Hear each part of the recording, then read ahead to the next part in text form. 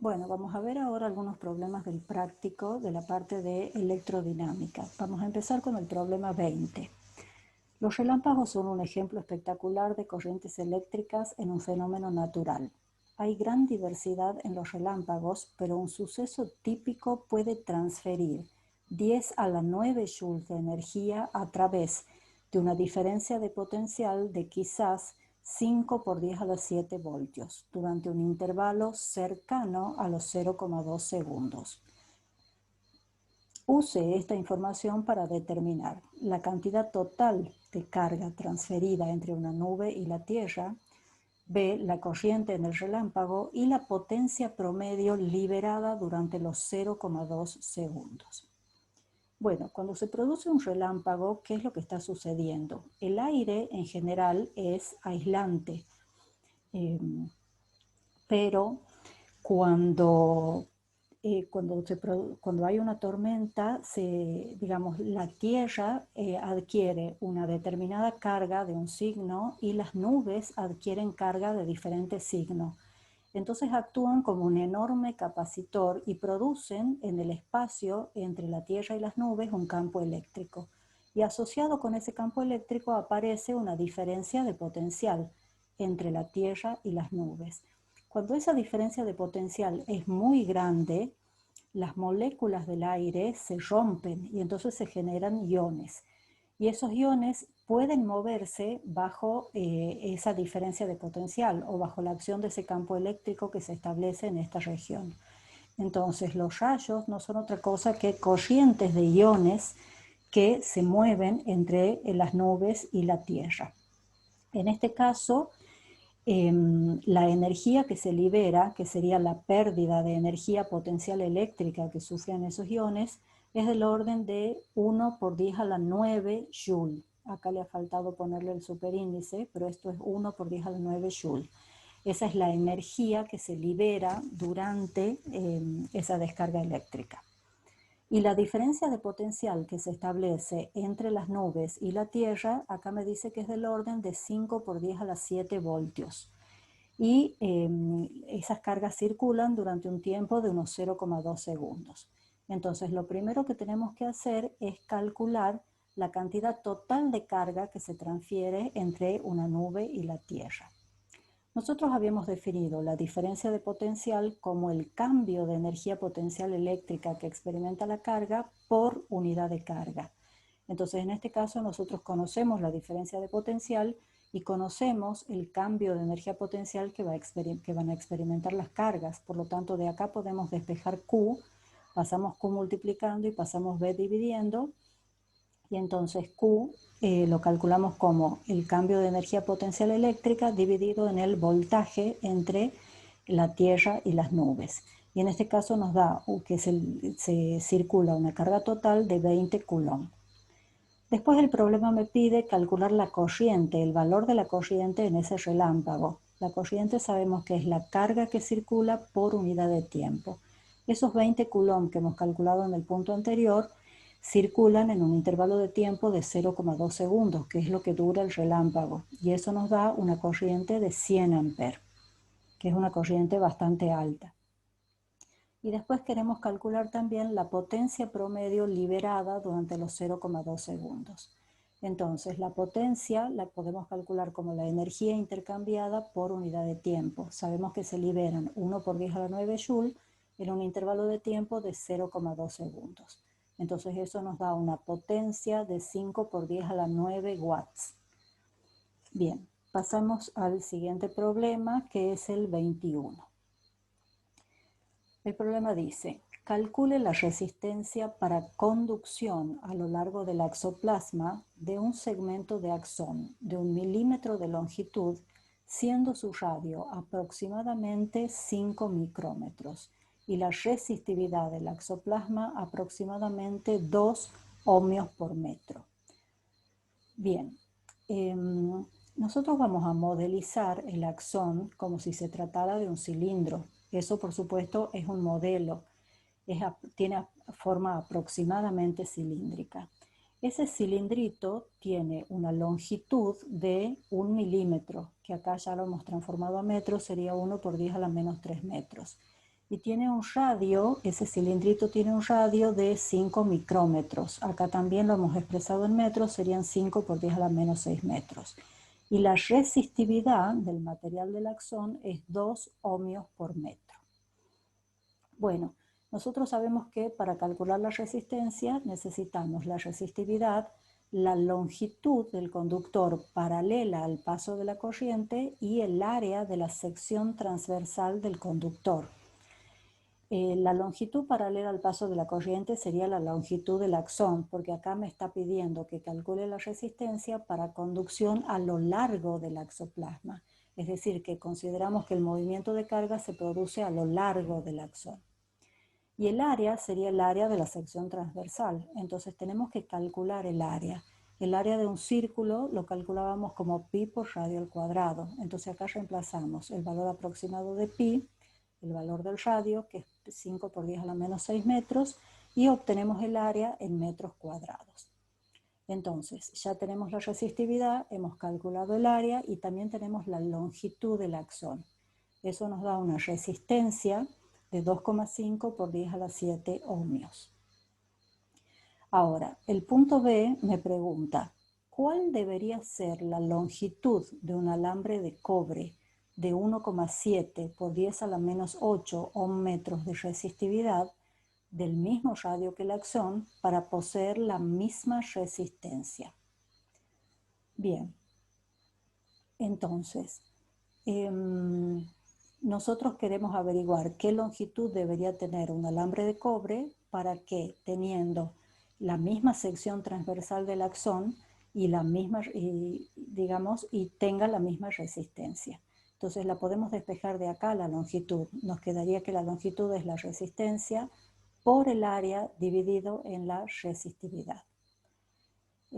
Como tenemos, digamos, la resistencia, que es la que hemos calculado acá, conocemos la resistividad del cobre que el problema nos ha dado, y el área sería la misma porque me dice que el alambre de cobre tendría el mismo diámetro del axón. Y en este caso, para que el alambre pueda tener la misma resistencia de este trozo de axón, debería tener una longitud de 115 kilómetros. Bueno, esa longitud enormemente grande se da, digamos, porque la resistividad del cobre es muy chiquitita. Es 8 órdenes de magnitud más chica que la resistividad del axón. Bien, pasemos al otro problema, que es el 22, que está relacionado con el anterior. Calcule la resistencia a través de la membrana de un axón de 1 milímetro de longitud y 5 micrómetros de radio, siendo la resistividad de la membrana unos 10 a la 7 ohmios por metro. Primero, para un axón sin mielina de 10 nanómetros de espesor. En este caso, el problema se diferencia del anterior porque en el caso anterior considerábamos que las cargas circulaban a lo largo del axón. En este caso vamos a considerar que las cargas se mueven a través de la membrana que rodea al axón. Entonces la forma en que está circulando la corriente es totalmente diferente. Acá, antes en el problema anterior circulaba la corriente en forma longitudinal y en este problema circula en forma radial, es decir, las cargas se mueven hacia afuera o hacia adentro del axón. Entonces, ya en la teoría yo les había anticipado que el valor de la resistencia de un conductor depende de cómo circula la corriente a través de ese conductor. Cuando nosotros usamos esta ecuación, resistencia igual a ρ por L sobre A, L es la longitud del conductor paralela al paso de la corriente. Como acá la corriente circula a través de la membrana, esta longitud va a ser el espesor de la membrana. Y el área sería el área perpendicular al paso de la corriente. Y en este caso entonces el área sería el área lateral de este cilindro, es decir, el área de la membrana que rodea al axón. Entonces, acá a la longitud del axón, para no confundirnos, le llamé h, que sería la altura de este cilindro. Entonces h es 1 milímetro o 1 por 10 a la menos 3 metros. El radio del axón es 5 por 10 a la menos 6 metros. Conocemos la resistividad de la membrana y la longitud paralela al paso de la corriente, dijimos que es el espesor de la membrana, que en este caso es 10 por 10 a la menos 9 metros. Entonces, para aplicar esta ecuación necesitamos calcular el área de la membrana, que es el área perpendicular al paso de las cargas. El área lateral de un cilindro se puede calcular como 2pi por radio por la altura del cilindro. Entonces acá reemplazamos el valor de pi, el valor del radio y la altura del cilindro, que sería la longitud del axón. Obtenemos el área y entonces ahora podemos calcular la resistencia del axón. Sería la resistividad por el espesor dividido en el área de la membrana. Y en este caso obtenemos una resistencia 3,18 por 10 a la 6 ohmios. En el punto B, el problema me pide calcular la resistencia del axón para un axón con mielina de un espesor 200 veces mayor que el anterior. La mielina entonces rodea a la membrana, ¿no es cierto?, y hace que el espesor aumente. El espesor aumenta 200 veces. Entonces lo único que va a cambiar es que el nuevo espesor va a ser 200 veces el espesor anterior. Y por supuesto la resistencia nos va a dar 200 veces más grande. Eso sería todo este problema. Pasemos al problema número 25. Leamos el enunciado. Una anguila eléctrica genera corrientes eléctricas a través de su órgano de Hunter enormemente especializado, donde miles de células con forma de disco, llamadas electrocitos, se alinean en serie, en forma muy parecida a como las baterías se alinean en el interior de una linterna. Cuando se activa, cada electrocito puede mantener una diferencia de potencial cercano a 150 milivoltios, a una corriente de 1 ampere durante más o menos 2 milisegundos. Suponga que una anguila eléctrica madura tiene 4 por 10 a la 3 electrocitos y puede entregar hasta 300 choques en rápida sucesión durante aproximadamente 1 segundo. A. ¿Qué potencia eléctrica máxima puede generar una anguila eléctrica? Bien, entonces, la anguila, ¿no es cierto? Este conjunto de electrocitos funcionan como una batería. Cada una de esas pequeñas baterías provee una diferencia de potencial de 150 milivoltios. Entonces acá tenemos el voltaje que provee un electrocito es 150 milivoltios o 0,15 voltios. Ahora, una anguila madura tiene 4.000 electrocitos, entonces el voltaje total que va a producir, que digamos de ese conjunto de electrocitos, que sería como 4.000 pilitas en serie, van a tener un voltaje total que va a ser el voltaje de una de esas pequeñas pilas multiplicado por el número de pilas, es decir, el voltaje de un electrocito multiplicado por 4.000. Eso nos da un voltaje total de 600 voltios. Es decir que una anguila madura puede proveer una diferencia de potencial que es más o menos 50 veces la diferencia de potencial que provee la batería de un auto. Bien, y el problema me dice que esa diferencia de potencial puede producir una corriente de hasta 1 ampere en un intervalo de tiempo de más o menos 2 milisegundos. En realidad se producen descargas que son muy cortas, ¿no es cierto? Porque no es que la corriente está circulando permanentemente, se produce movimiento de cargas durante este intervalo de tiempo y después se interrumpe el movimiento de cargas. Después de nuevo, se produce de nuevo una corriente de 1 ampere durante otro intervalo de tiempo de 2 milisegundos. El movimiento de carga se va a producir a través del agua si la anguila no está en contacto con otro objeto, o muchas veces la anguila rodea a su presa. Entonces ahí se produce un circuito cerrado, ¿no es cierto?, en donde se produce la circulación de la corriente. Y si no, puede ser en parte a través del agua y en parte a través del animal, digamos, que la anguila quiere cazar. Bien. Por otro lado, el problema me dice que estas descargas, que serían estas corrientes rápidas que se producen, pueden llegar a hacer 300 descargas en un intervalo de tiempo de 1 segundo. Entonces, primero el problema me pregunta qué potencia eléctrica máxima puede generar una anguila eléctrica.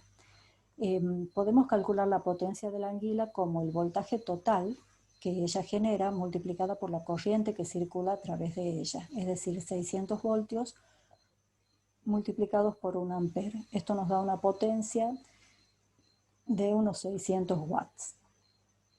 En el punto B me pregunta aproximadamente cuánta energía libera en un choque, es decir, en una descarga. Cada descarga dura 2 milisegundos, o sea, 2 por 10 a la menos 3 segundos. Entonces la energía liberada la puedo calcular como el producto de la potencia y el tiempo transcurrido. Entonces sería la potencia de 600 watts, que son 600 joules por segundo, por el tiempo, que serían los 2 milisegundos.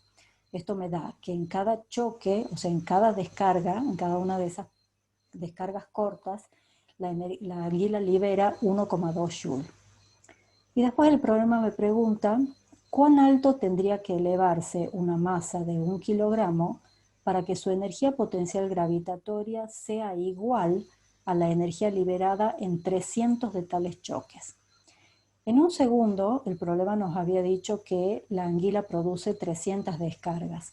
Entonces, si en una descarga se liberan 1,2 joules, en 300 descargas se van a liberar 1,2 por 300. Y eso me da una energía total liberada en 300 descargas, o sea, en un tiempo de un segundo, de 360 joules.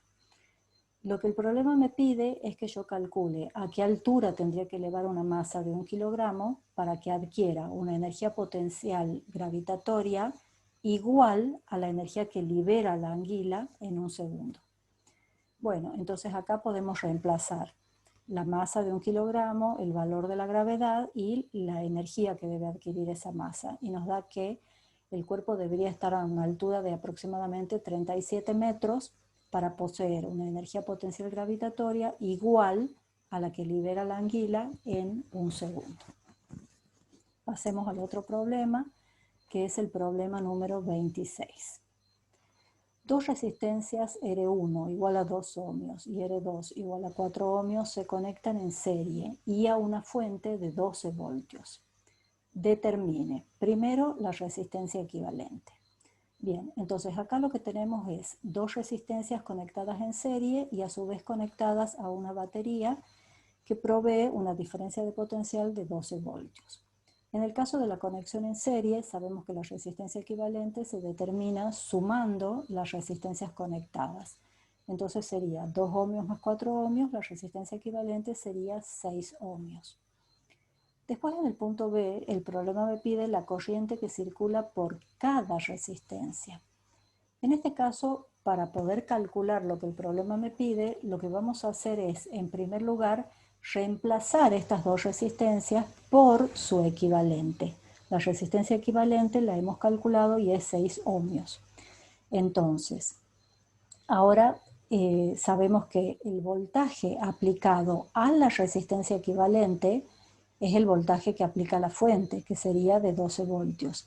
El valor de la resistencia equivalente es 6 ohmios. Entonces nosotros de acá vamos a poder calcular la corriente que circula por la fuente y la corriente que circularía por la resistencia equivalente, que nos da 2 amperes.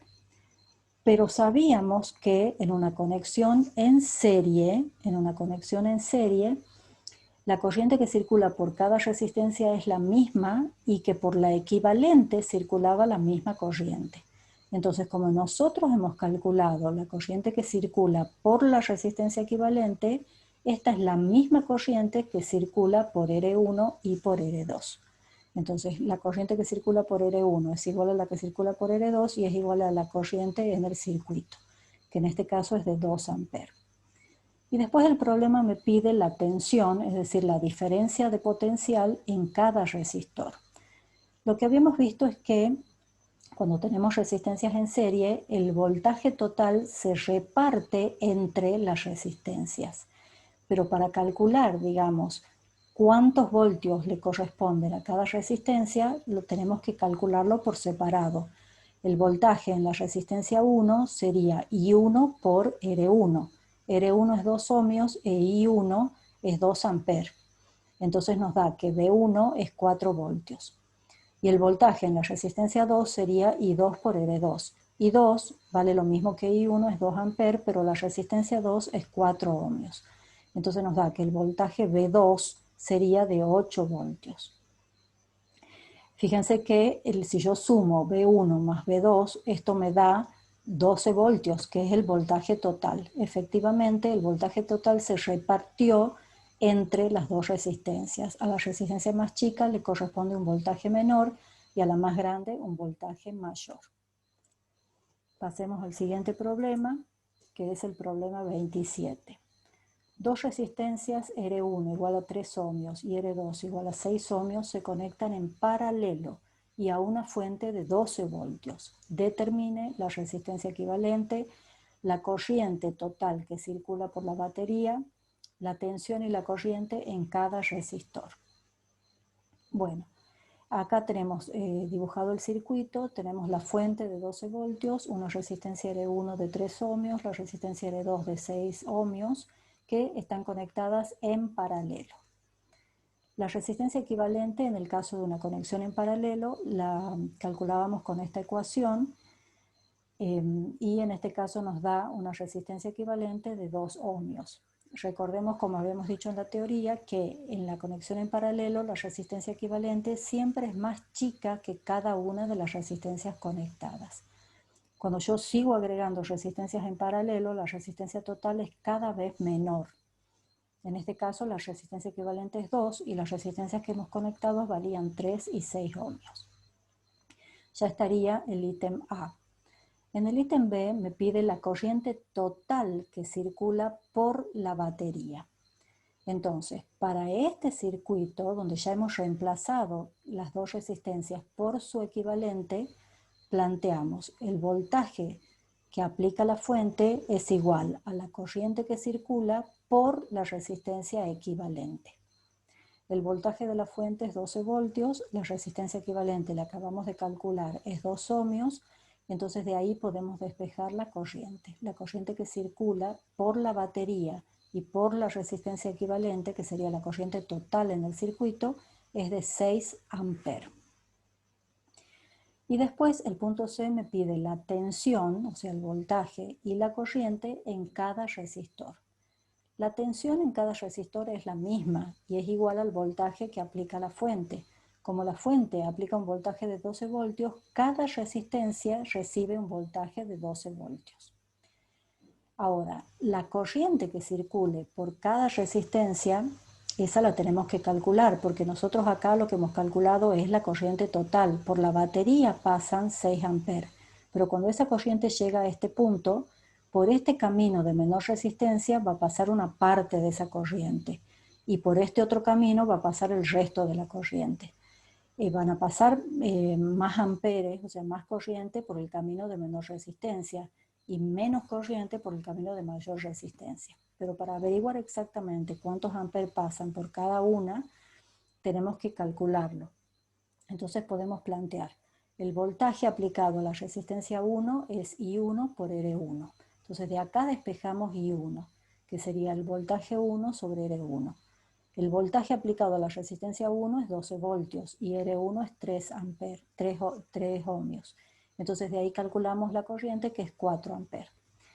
Y lo mismo hacemos para la resistencia 2. El voltaje 2 es I2 por R2. Entonces I2 sería V2 sobre R2. La resistencia 2 también recibe un voltaje de 12 voltios, pero el valor de la resistencia 2 es de 6 ohmios. Entonces la corriente en la segunda resistencia es 2 amperes. Efectivamente, nos fijemos que por la resistencia más chica pasan 4 ohmios y por la más grande pasan por la resistencia más chica pasan 4 amperes y por la más grande pasan 2 amperes. Y por otro lado, la suma de estas dos corrientes, 4 amperes más 2 amperes, nos vuelve a dar la corriente total de 6 amperes. Es decir, por acá pasan 6 amperes, de esos 6 amperes, 4 pasan por R1 y 2 pasan por R2. Acá se juntan de nuevo y vuelven a pasar 6 por la fuente. Pasemos al último problema, que es el 34.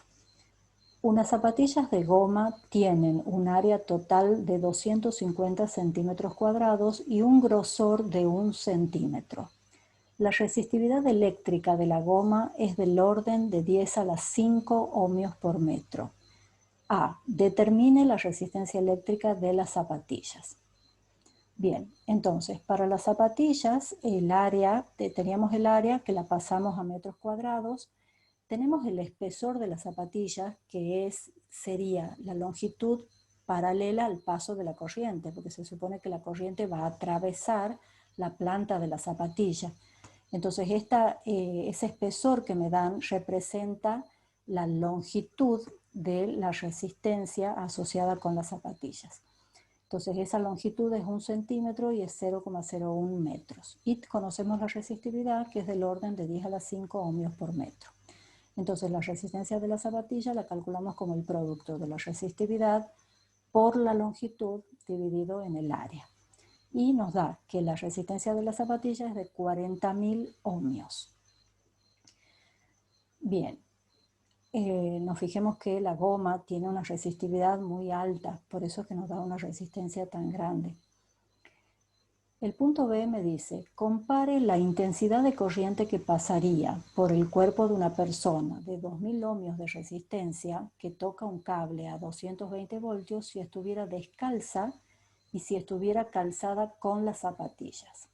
El cuerpo de la persona y las zapatillas pueden considerarse como resistencias en serie, ya que por ellas circulará la misma corriente.